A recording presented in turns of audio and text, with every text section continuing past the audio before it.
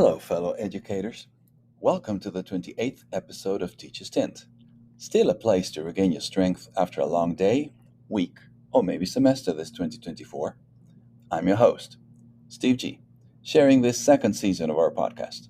Our last two episodes on the frustrating topic of talking and not being listened to by students brought quite a few good conversations. Teacher tiredness is directly related to this problem we sadly often see in classrooms today. Hopefully, everybody found value in what was shared.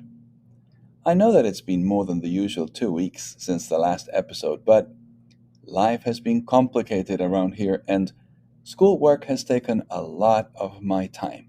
Sound familiar?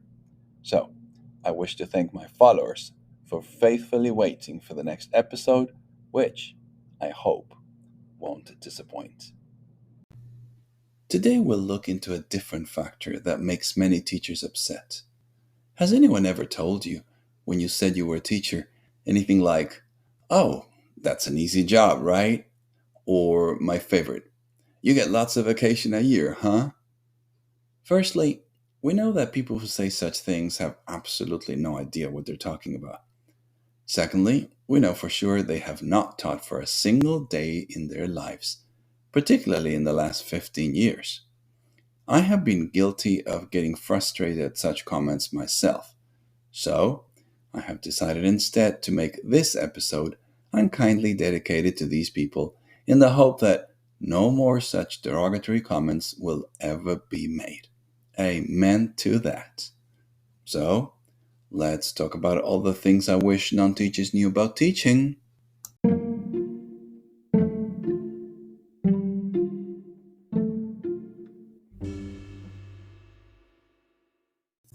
The first thing everyone needs to know about teaching is that it is a calling, not a job, meaning it requires understanding that you have been called to be in the classroom.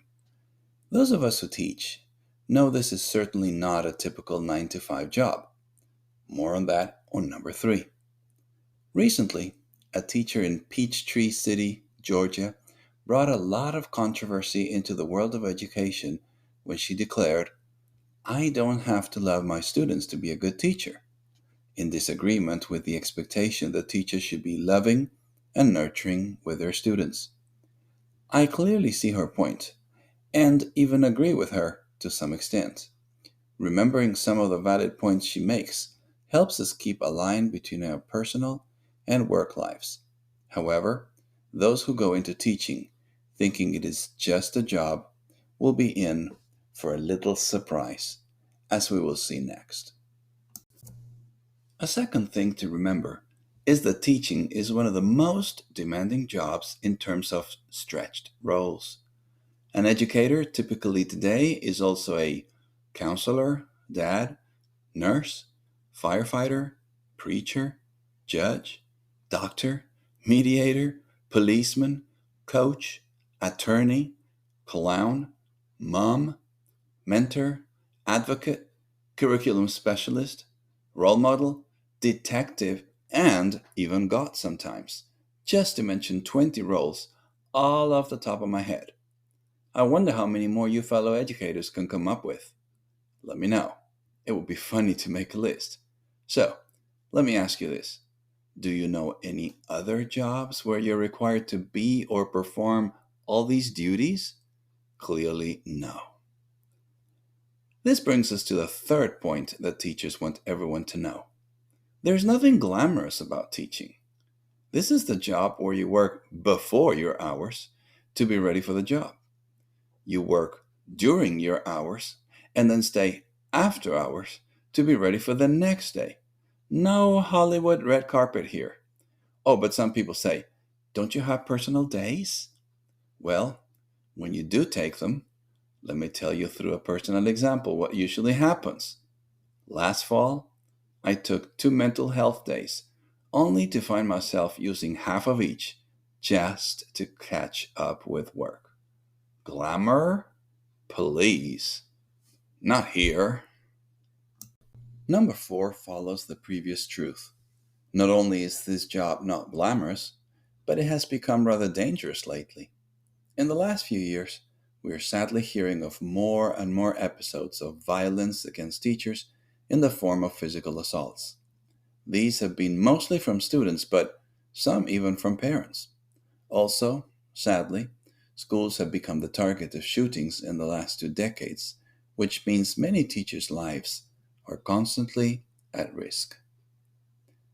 Our fifth final thought about our profession includes a second hazard faced by the educators: the emotional toll it takes on us. Teaching has always been emotionally challenging, but we're all aware of how the levels of stress and anxiety are an all time high among teachers. The reason, I believe, is obvious. The rate of accountability we are held at is very high, while parents and students are simply not measured with the same rod. I'm working on my next presentation. I have decided to title it Make Parents and Students Accountable Again. The educational scenario will not improve until society understands that parents and students need to be held accountable in an equal manner than teachers are. One thing that contributes to healing when faced with stress, researchers say, is rest. Unfortunately, summer off work time for teachers has been drastically reduced to the current 9.5 weeks that most of us get. I clearly remember having almost 3 full months off when I first started teaching. More stress and shorter summers is not a very healthful recipe when mental health is concerned.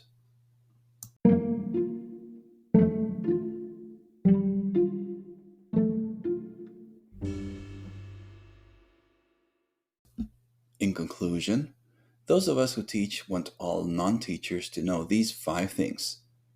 Teaching is a calling, not a job. Being an educator today means wearing a lot of hats. There is nothing glamorous about teaching.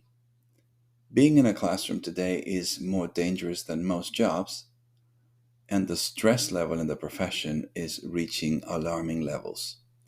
Hopefully, if you listen to this episode, next time you see a teacher, you will say, "Hey, thank you for your service," like we do with other professionals today. Or please just simply say a prayer for us that we will be able to return back home safely at the end of the day. Will you? If you want to share your story of ever feeling unappreciated by strangers who hear you're a teacher, or maybe the opposite, please just follow Teachers Tent on Instagram at Teachers Tent and leave your comment or experience. I would just love to get your feedback. Teachers Tent, like most educators, will be taking a break during the summer, so you'll find that there won't be a new episode in 2 weeks' time. However, may we suggest that you listen to episode 18, Summer Finally, which was recorded exactly 1 year ago? You'll find tips on how to wrap up the year effectively to ensure a restful summer. May it be for each of you, my fellow educators, a time of disconnect from work and connection with self, family, and friends. Y'all truly deserve a good rest. And please continue suggesting topics you'd like to hear about here in our next season, as well as sharing Teachers Tent in your schools. And remember, if you're enjoying the show, please don't forget to let your colleagues and friends know about and bring them to Teachers Tent. We'll make room for them too. Have a great day.